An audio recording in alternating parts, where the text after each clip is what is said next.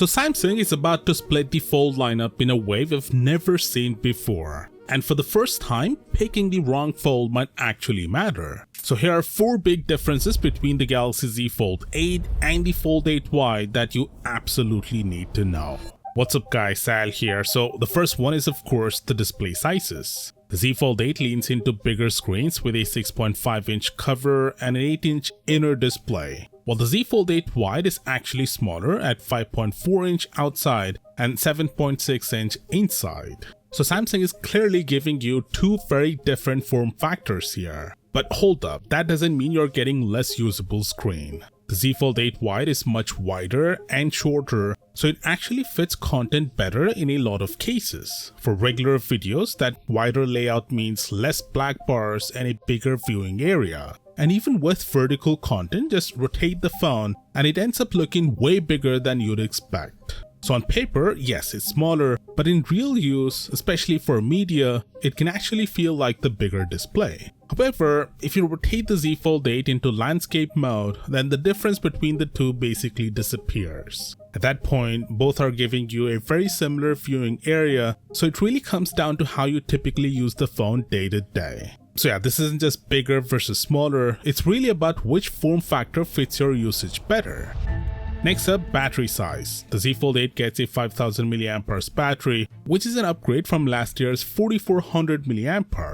While the Z Fold 8 Wide has 4800, some even says 4900 mAh.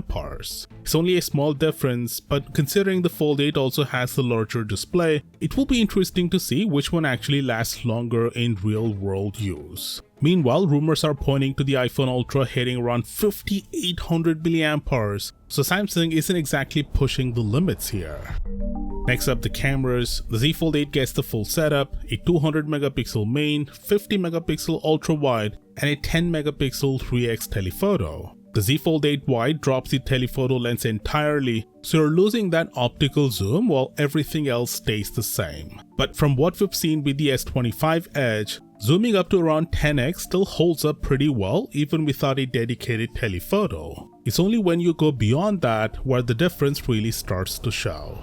Next is thickness. The Z Fold 8 comes in at 9mm folded and 3.9mm unfolded, while the Z Fold 8 Wide is thicker at 9.8mm and 4.3mm. And one possible reason for that extra thickness could be the S Pen support on the Wide, something the regular Fold 8 might miss out on. But again, this part isn't confirmed yet, so take that with a grain of salt for now. Now there's definitely going to be some difference in weight, but oddly enough we still have no information on the actual numbers for either of these. So that's how these two are different, but let's talk about what they both share, because Samsung is bringing some solid upgrades to both of these Fold 8 foldables this year. The biggest one is the creaseless display. This is finally the year we get a near completely flat inner screen. Samsung already showcased it at their event and yeah, it looks clean. Sure, you might still catch a slight hint of the crease under certain lighting, but at that point you're really just looking for it.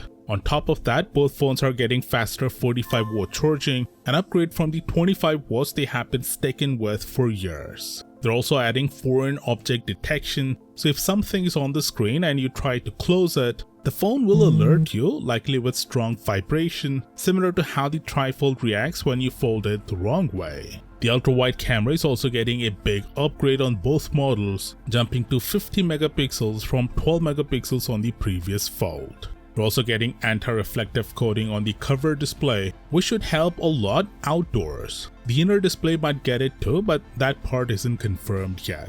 Interestingly enough, Samsung is skipping the M14 panel this time, even though the S26 Ultra has it. And there's no privacy display either, so there are a couple of trade-offs. Both phones are also picking up S26 Ultra features like horizontal lock, a 24 megapixel camera option, audio eraser for YouTube, APV codec support, larger aperture on the main camera, and the new Snapdragon 8 Elite Gen 5 chip. So overall, this is actually a pretty big upgrade year for the Fold lineup. And speaking of upgrades, the S27 Ultra coming next year is getting something massive. Click right here and I'll see you there.